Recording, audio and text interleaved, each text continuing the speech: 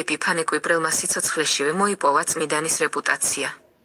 ყველგან სადაც კი ის გამოჩნდებოდა, გარშემორტყმული იყო თაყვანისმცემლებით და ადამიანები მრავალი საათის განმავლობაში ისმენდნენ მის ქადაგებას. წმიდა მამები ხშირად მიმართავდნენ მას, განემართა ქრისტიანობის ესა თუ ის დოგმატური და პოლემიკური საკითხი, მასთან ამოწმებდნენ ლიტურგიკული წესების შესრულების სისწორეს ეკლესიაში. მასვე მიაწერდნენ მრავალ სასწაულს.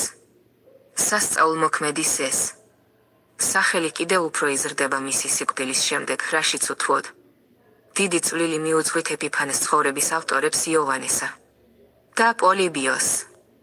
მართლაც, თხზულებაში უხვადაა წარმოდგენილი სხვადასხვა ხილვასასწაულები და ლეგენდარული ამბები. ეპიფანე კურნავს ავადმყოფს, არჩენს საპყართ, აღადგეს დაცემულ გარდაცვლილთ, დავრდომილთაგან განდევნის ეშმაკისეულ სულსა და დემონურ ძალებს. მის სიტყვას ნადირნიც კი